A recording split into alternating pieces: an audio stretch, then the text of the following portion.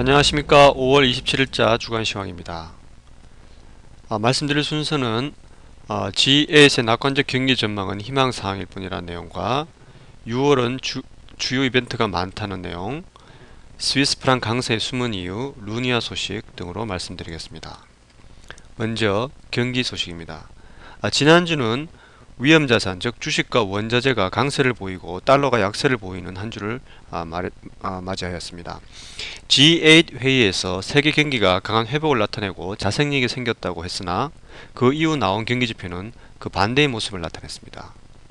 그리고 유로존 부채 위기가 상존하는 모습이 나타나고 있습니다. 이에 지난주 원자재 및 주요 통화의 미달러화 대비 강세는 위험 회피 현상이 크게 나타났던 데 대한 조정 국면이 아닌가 생각됩니다.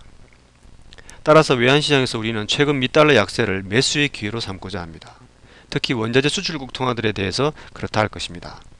예를 든다면 뉴질랜드 달러와 US 달러 대비 최근 고점 부근인 0.8220에서 매도의 기회를 찾고자 합니다. 다음은 유로존 소식입니다. 6월은 유로존에서 매우 중요한 달이 될 것입니다. 첫째, 유럽 은행들의 스트레스 테스트 발표가 있습니다. 스트레스 테스트의 주요 위험 요인은 스페인입니다. 스페인의 구제금융은 EFSF 펀드가 감당하기에는 너무 벅찬 규모여서 유로존의 안정성을 해칠 수가 있습니다. 테스트 결과의 발표에 임박하여 긴장감이 고조되는 이유이기도 합니다. 두 번째로 IMF의 그리스에 대한 재정 감축 목표를 담은 감사 결과 발표가 있습니다. 그리스의 디폴트 가능성을 높이고 있으며 또 한 번 금융시장의 패닉 상황을 야기할 가능성이 있습니다. 이러한 불확실한 사실이 확실해질 때까지는 유로화의 상승이 계속 제한될 것이라 보입니다. 스페인의 은행 위기가 당초 예상보다 악화될 경우 시장의 급격한 움직임을 주의해야 할 것입니다. 2월 USD의 경우 1.4040 아래로 내려갈 경우 2월 USD는 기술적인 하락 추세에 들어갔다 할 것입니다. 다음은 스위스프랑 소식입니다. 지난주 스위스프랑의 모습은 폭풍의 한 주를 맞이하는 모습이었습니다. 유로화 대비 신고점을 경신했고 파운드화 대회에서도 신고점을 기록하였습니다. 위험자산들이 지난주 말 좀 더 강세를 나타나는 가운데 스위스 프랑에 대한 수요도 여전히 높은 상황을 나타낸 것은 안전자산에 대한 선호 이상의 무언가가 있지 않나 하는 생각을 가지게 하였습니다.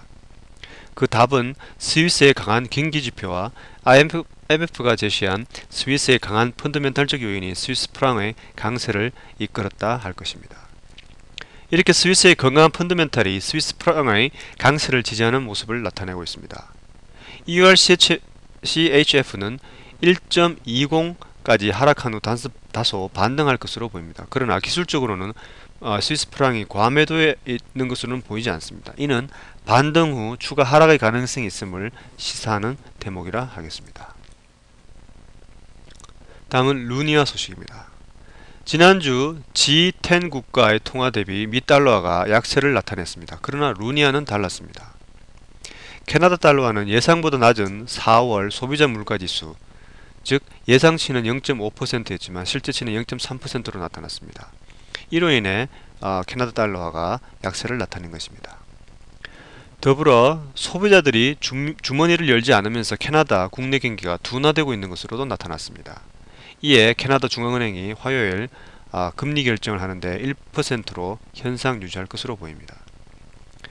USD-CAD의 경우는 2010년 9월 이래 계속 저항선을 역할을 했던 100일 이평선을 상승 돌파한 상황입니다. 따라서 우리는 단기적으로 USD-CAD의 방향성은 상승 쪽이며 100일 이평선이 오히려 지지선 역할을 할 것으로 보입니다.